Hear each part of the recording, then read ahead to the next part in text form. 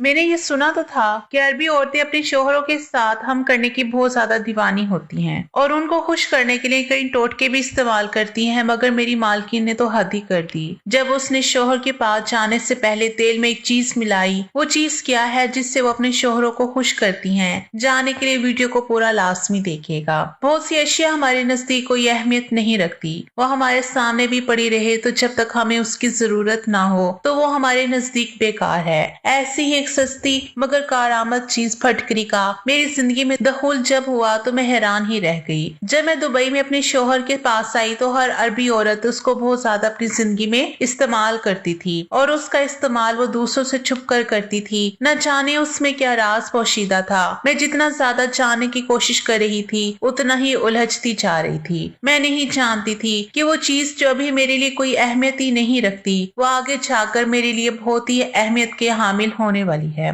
जो मेरे तमाम मसाइल को हल कर देगी और मुझे कहां से कहां पहुंचा देगी। अगर मुझे पहले ही पता होता तो मैं अपनी जिंदगी में उस शय को लाजमी इस्तेमाल कर लेती। मेरे दिल में फटकरी के लिए तजस्सुस बेदार हुआ था जब मैं उस औरत के घर में काम करने के लिए गई। आज मुझे यहाँ पर काम करते हुए चौथा दिन था और मेरा अपनी बेगम साहिबा के बारे में ख्याल था कि वो बहुत ही ज्यादा अच्छी खातून थी, नेक, रहमदिल और दूसरों की मदद करने वाली। और चौथे ही दिन मेरा उनके बारे में ख्याल बदल गया था। इसकी वजह भी कोई खास नहीं थी। एक मामूली सी बात पर उन्होंने मुझे बेइज्जत करके रख दिया था और साथ फटकरी के बारे में मेरे दिल में तजस्सुस भी बेदार कर दिया था। और मैं सोचने पर मजबूर हो गई कि ना जाने उसमें ऐसा कौन सा राज पोशीदा है जिसकी खातिर उन्होंने मुझे यूं खड़ी खड़ी सुना दी है। और बाद में उन्होंने इस बात पर मुझसे माजरत भी कर ली थी और ये सोचने पर मजबूर भी कर दिया था कि इसमें ऐसा क्या राज छुपा हुआ था। एक दिन जब मैं खाना बना रही थी तो बेगम साहिबा कहने लगी कि काफी दिनों से मेरी मुलाजमा काम पर नहीं आ रही, जिसकी वजह से किचन सख्त ही खराब हालत में है।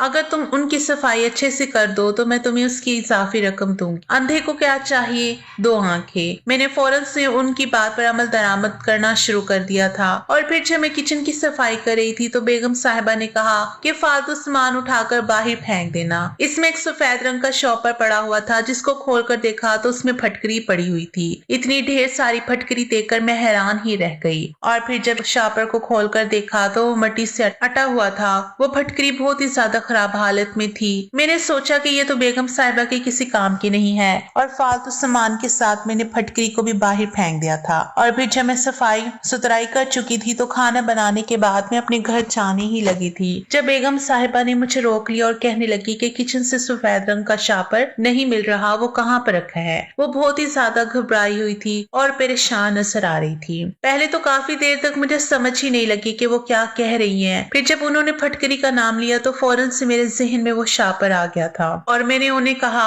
कि वो शॉपर तो मैंने बाहर फेंक दिया क्योंकि वो तो खराब हो चुकी थी, क्योंकि वो तो किसी भी काम की ना रही थी। बेगम साहिबा ये सुनकर गुस्से से लाल पड़ गई और फौरन से वहां पर पहुंची जहां पर मैंने फालतू सामान फेंका हुआ था, मगर अब तो कूड़े वाला सब कुछ उठा कर ले जा चुका था। बेगम साहिबा मुझे कहने लगी कि कुछ फेंकने से पहले मुझे बताना तो चाहिए था। तुम जानती हो कि वो कितनी कीमती चीज थी। और मैं बस उनको खड़ी देखती रह गई। फटकरी जैसी सस्ती और आम सी चीज के लिए उन्होंने मुझे बुरी तरह से डांट के रख दिया था। इस बात पर मेरे बुरी तरह से होश उड़ गए थे। उनकी बातों की वजह से मुझे बहुत ज्यादा रोना आ रहा था। जब मैं घर में गई तो मेरा मूड बुरी तरह से ऑफ देखकर मेरे शोहर ने इस बारे में पूछा तो मैंने उन्हें सारी बात बता दी। ये सुनकर उन्होंने मुझे तसल्ली दी और कहने लगे कि बस थोड़ा सा ही वक्त मुश्किल है, सब्र के साथ ये वक्त ही गुजार लो। मैं इंशाअल्लाह जल्द ही बिल्कुल ठीक हो जाऊंगा और तुम्हें फिर घर से बाहर निकलने की जरूरत ही नहीं पड़ेगी। उनकी बात सुनकर मैं खामोश हो गई थी, मगर दिल ही दिल में ये बात खटक रही थी कि उन्होंने फटकरी की वजह से मुझे इतना क्यों डांटा, जबकि कल मुझसे इतना कीमती डेकोरेशन पीस टूट गया था और इस बात पर उन्होंने मुझे कुछ भी नहीं कहा था। जब यही बात मैंने अपने शोहर से पूछी तो वो कहने लगे कि मैं कुछ भी नहीं जानता इस बारे में और मैं सोच रही थी कि न जाने क्यों अरबी खवातीन के लिए फटकरी बहुत ज्यादा अहमियत की हामिल है। मगर सवाल ये था कि इस जैसी सस्ती चीज को वो इतनी अहमियत क्यों दे रही, क्योंकि हमारे पाकिस्तान में ये तो हर जगह पर बिक रही थी और पाकिस्तानी तो इसका इतना ज्यादा इस्तेमाल नहीं करते। मुझे मजीद पैसों की जरूरत पड़ी तो मैंने एक और घर में काम करना शुरू कर दिया था और जब मैं इस घर में गई तो ये देखकर मैं हैरान रह गई कि इसके किचन की अलमारी में ज्यादा तादाद में फटकरी पड़ी हुई थी। फिर मैंने एक ख्याल के तहत बेगम साहिबा से पूछा कि आप इस फटकरी का इस्तेमाल किस लिए करती हैं, ये सुनकर उन्होंने मुझे बात बदल दी और खाना अच्छे से बनाने की ताकीद करके किचन से बाहर चली गई थी और मैं हैरान परेशान रह गई। दोनों घरों की बेगम साहिबा किचन का कोई काम नहीं करती थी। हर काम के लिए उन्होंने मुलाजिम रखे हुए थे। जब मुझ पर काम का बोझ बढ़ गया तो फिर मैंने एक घर का काम करना छोड़ दिया था। मगर मैं ये सोचकर हैरान हो रही थी कि आखिर दोनों खवातीन फटकरी को इस कदर छुपा छुपा कर क्यों रखती। बेगम साहिबा के यहाँ मुझे खाना बनाते हुए काफी देर गुजर गई थी।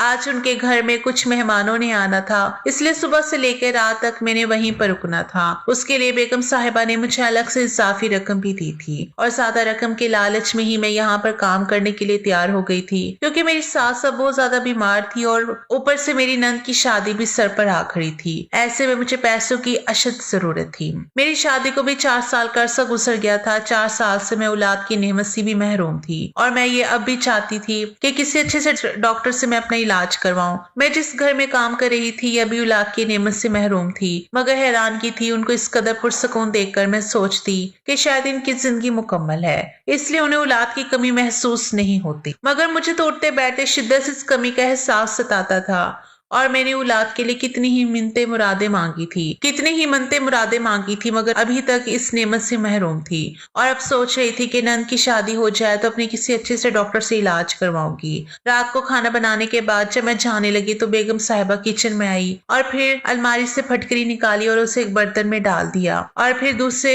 साइड से एक अजीब सी चीज निकाल कर उस बर्तन में डाल दी और देगची को उन्होंने ऊपर से ढक दिया था। ये देखकर मैं हैरत सदा रह गई और उनसे पूछने लगी कि बेगम साहिबा ये आप क्या कर रही हैं? वो मुझे देखकर चूंकि उनके चेहरे पर गुस्से के तासुरात थे, फिर वो मुझे गुस्से से कहने लगी कि तुम अपने काम से काम रखा करो, यूं हर काम में दखल अंदाजी मत किया करो। उनके इस तरह बोलने पर मैं चुप की चुप रह गई। दोबारा वो मुझे डांट रही थी और वो भी सिर्फ एक मामूली सी बात पर। शायद उनके लिए फटकरी बहुत ही ज्यादा अहमियत की हामिल थी। उसके बाद बेगम साहिबा कहने लगी कि मैं अपने कमरे में जा रही हूँ, तुम बर्तन भी धो लो और जब फारिग हो जाओगी तो ड्राइवर तुम्हें छोड़ आएगा। आज चूंकि मुलाजमा नहीं आई थी तो आज बर्तन धोने की जिम्मेदारी भी मेरी थी। और फिर बर्तन धोने के बाद जब मैं बेगम साहिबा को बताने के लिए उनके कमरे में आई तो दरवाजा थोड़ा सा खुला हुआ था और अंदर से अजीब अजीब आवाजें आ रही थी। मैं ये देख के डर गई कि अंदर से इतनी अजीब आवाजें क्यों आ रही हैं। और जब मैंने दरवाजे की ओर से झांका तो अंदर का मंजर देखकर मैं हक्का बक्का रह गई, क्योंकि बेगम साहिबा मुझे दुबई में आए हुए 3 महीने हो गए थे। उस दिन मैं घर के कामों में मसरूफ थी जब मुझे अपने शोहर के ऑफिस से एक खबर सुनने को मिली। मेरे शोहर का एक्सीडेंट हो गया था और वो अस्पताल में एडमिट थे। ये सुनकर मेरी जान निकल गई थी और मैं रोते धोते जब अस्पताल में पहुंची तो वो काफी ज्यादा जख्मी थे।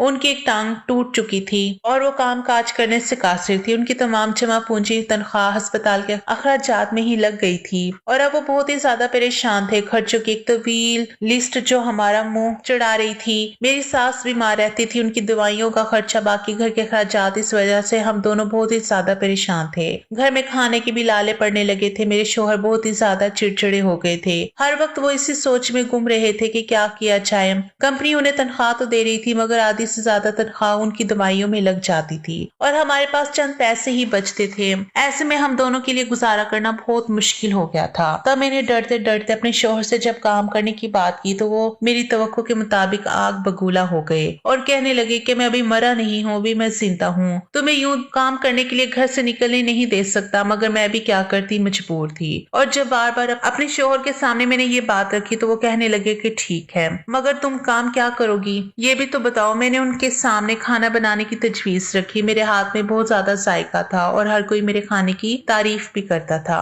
मेरे शोहर ना चाहते हुए भी इस बात पर राजी हो गए क्योंकि वो बहुत ज्यादा मजबूर थे। उनको मालूम था कि जिंदगी की गाड़ी इस तरह नहीं चलती। मैंने उनसे कह दिया था कि आप जब ठीक हो जाएंगे तो मैं ये काम छोड़ दूंगी। फिर मैं करीबी एक अरबी औरत के घर गई और अपनी खिदमत पेश की तो उसने मुझे सर से लेकर पांव तक देखा। ऐसे लग रहा था जैसे वो पाकिस्तानियों को पसंद नहीं करती, मगर फिर उसने मुझे खाना बनाने के लिए किचन में भेज दिया था। कहने लगी अगर तुम्हारा खाना पसंद आ गया तो तुम इस नौकरी पर रख लूंगी, क्योंकि हमारा शेफ खाना बहुत ज्यादा बद जायका बनाता है। उसकी बात सुनकर मैंने जी जान से खाना बनाया था। मैं पूरी उम्मीद थी कि ये खाना उसे पसंद आएगा और ऐसा ही हुआ। उसने मुझे ना सिर्फ नौकरी पर रख लिया था बल्कि मुझे इनाम के तौर पर इजाफी रकम भी दी थी। मैं खुशी से दीवानी हो गई थी। मुझे उस औरत से कोई मसला नहीं था। उनकी एक ही बात मुझे बहुत अजीब लगती थी कि वो फटकरी का इस तरीके से इस्तेमाल क्यों कर रही थी। सबसे ज्यादा हैरत की बात यह थी कि इसका इस्तेमाल किस चीज के लिए था। मेरी दोनों मालकिन फटकरी को बाकायदा तौर पर इस्तेमाल करती थी। हर रोज वो किचन से फटकरी उठाती थी और इस्तेमाल करती थी। मुझे ये बात समझ में नहीं आ रही थी आखिर वो करती क्या थी, क्योंकि काम तो उनके लिए सारे नौकर चाकर ही क्या करते थे। क्या वो किसी जाती जरूरत के बारे में फटकरी का इस्तेमाल करती थी? इस तरह की बातें मेरे जहन में आती थी। फिर मैं ड्राइवर के साथ काम खत्म करने के बाद अपने घर आ गई। आज मुझे बेगम साहिबा ने मुझे मेरे काम से ज्यादा इजाफी रकम दी थी। शायद ये उनका एहसास से निदामत था या वो मेरे काम से खुश हुई थी। बहरहाल जो भी था मेरा इसमें फायदा हो गया था और अब मेरे शोहर भी पहले से काफी हद तक बेहतर हो गए थे, इस काबिल हो गए थे और कुछ दिनों तक उन्होंने अपने ऑफिस में दोबारा से काम के लिए चले जाना था। वो मुझसे बहुत ज्यादा खुश थे। उन्हें इस चीज का एहसास था कि मैंने उनका साथ नहीं छोड़ा बल्कि इस मुश्किल वक्त में उनकी मदद की। जब भी वो मेरी बहुत ज्यादा कदर करते थे और मुझसे मोहब्बत भी पहले से ज्यादा करने लगे थे। अब जब भी मैं उनके सामने औलाद की कमी का रोना रोती तो वो उल्टा मुझे समझाते और कहते कि सब ठीक हो जाएगा। अल्लाह ने चाहा वो हमें इस नेमत से जरूर नवाजेगा। तुम बहुत अच्छी हो। अल्लाह पाक अच्छे लोगों का सब्र जाया नहीं करता। उनकी बात पर मैं मुस्कुरा दी थी। फिर जब मैंने अपनी उलझन का जिक्र उनसे किया तो वो कहने लगे कि एक तो तुम बहुत ही ज्यादा मुतजस्सिस तबीयत की मालिक हो, क्यों हर बात के पीछे पड़ जाती हो। अब जब वो इस बात के बारे में तुम्हें नहीं बताना चाहती तो तुम क्या कर सकती हो सकता है कि ये उनका ऐसा राज हो जो वो किसी अजनबी पर जाहिर ना करना चाहती हूँ। और फिर मैं चुप रह गई थी। आज जो कुछ मैंने देखा था उसका जिक्र अपने शोहर से किया था। कुछ दिनों के बाद मेरे शोहर से एहतियाब हो गए थे। फिर उन्होंने अपने ऑफिस में जाना शुरू कर दिया था। उनको ऑफिस में रुखसत करके मैंने भी सोच लिया था कि ये महीना मुकम्मल होते ही मैं भी ये नौकरी छोड़ दूंगी। और उनके जाने के बाद मैं आंखों से मुस्कुरा दी थी और थोड़ी ही देर के बाद खुद भी अपने काम पर चली गई थी। वो औरत मुझे बहुत अच्छी थी मगर ना जाने क्यों फटकरी का जब भी जिक्र आता था तो वो आग बबूला हो जाती थी और तमाम लिहाज बलाए ताक रख दिया करती थी। और अब जब मैंने ऐसा इस्तेमाल करते देखा तो तब से मैं हैरान थी। अब मैंने सोच लिया था कि मैं इस रात से पर्दा उठाकर ही रहूंगी। हमारे मोहल्ले में एक इंडियन मुस्लिम फैमिली रहती थी। उस औरत की मेरे साथ अच्छी गपशप थी। वो शुरू से ही यहीं पर रिहाइश पसीर थे। वो मुझसे बहुत अच्छी तरह से मिलती थी मगर मेरे शोहर को मेरा उन लोगों के घर में आना जाना पसंद नहीं था कि तभी मैं उनके घर में आती जाती नहीं। उस दिन काम से छुट्टी थी क्योंकि आज बेगम साहिबा घर पर नहीं थी और उन्होंने मुझे आज छुट्टी दे दी। आज मैं पुरसकून थी। थोड़ी देर के बाद मुझे दरवाजे पर बेल सुनाई दी। जब मैंने दरवाजा खोला तो सामने वही औरत खड़ी थी। वो कहने लगी कि मेरी तबीयत सब खराब है और मैं अकेली हूँ, मुझे अस्पताल में जाना है। अगर आम हालात होते तो मैं उससे इनकार कर देती मगर अब वो बीमार थी और उसे मेरी मदद की जरूरत थी। जब ही फिर मैं उसके साथ अस्पताल में चली गई थी। उस औरत की शादी को 15 साल का अरसा गुजर गया था और वो भी अभी तक औलाद की नेमत से महरूम थी। जब मैं उसके अस्पताल में गई तो डॉक्टर ने उससे बताया कि वो मां बनने वाली है। ये सुनकर खुशी से उसकी आंखों से आंसू निकल पड़े और वहीं पर मेरे दिल में भी यह एहसास पैदा हो गया कि काश मैं भी ये खबर सुन सकूं। ये बात सुनने के लिए मेरे तो कान ही तरस गए थे। जब डॉक्टर साहिबा ने उससे पूछा कि आप कौन सी मेडिसिन इस्तेमाल कर रही हैं, मैं भी ये बात जानने के लिए बेताब थी। वो उससे कहने लगी कि आपके बताए हुए नुस्खे का इस्तेमाल किया था और अल्लाह पाक ने करम कर दिया। ये बात सुनकर उसकी तरफ देखने लगी। मैं अब जल्दी से वो नुस्खा जानने के लिए तड़प रही थी जिसकी वजह से सूरत पे अल्लाह पाक ने 3 साल के बाद करम किया था। इतने में उसका शोहर वहां पर आ गया और मैं उससे उस बारे में कोई बात ही नहीं कर सकी। वापसी का सफर हम लोगों ने खामोशी से काटा था। मैं अपने घर आ गई। घर आने के बाद भी मैं मुसलसल इसी बारे में ही सोचे जा रही थी। अगले दिन जब मैं काम पर गई तो बेगम साहिबा पहले ही किचन में मौजूद थी और मुझे देखकर वो चौंक गई और कहने लगी कि तुम अभी बाहर बैठो, मैं अभी आती हूँ। वो चूल्हे पर कोई बर्तन रखे खड़ी थी मगर मैं उनके पास गई और जब उन्होंने मुझे वहीं पर खड़े देखा तो वो गुस्से से कहने लगी कि तुम्हें सुनाई नहीं दिया मैंने क्या कहा है, फौरन से बाहर जाओ। उनके इस दर्जा तजलील पर मेरा गुस्से से बुरा हाल हो गया था मगर चूंकि मैं इसके घर में खड़ी थी और उसका काम कर रही थी इसलिए मैंने अपने गुस्से को कंट्रोल कर लिया। मगर मुझे उस औरत का रवैया बहुत बुरा लगा था। न जाने वो कभी कभी इतना बुरा रिएक्ट क्यों करती थी और बाद में वो माजरत भी कर लेती। अब जब मैं सिटिंग एरिया में आकर बैठ गई तो थोड़ी ही देर के बाद वो औरत किचन से बाहर निकली। उसने अपने लिबास में कोई चीज छुपा रखी थी।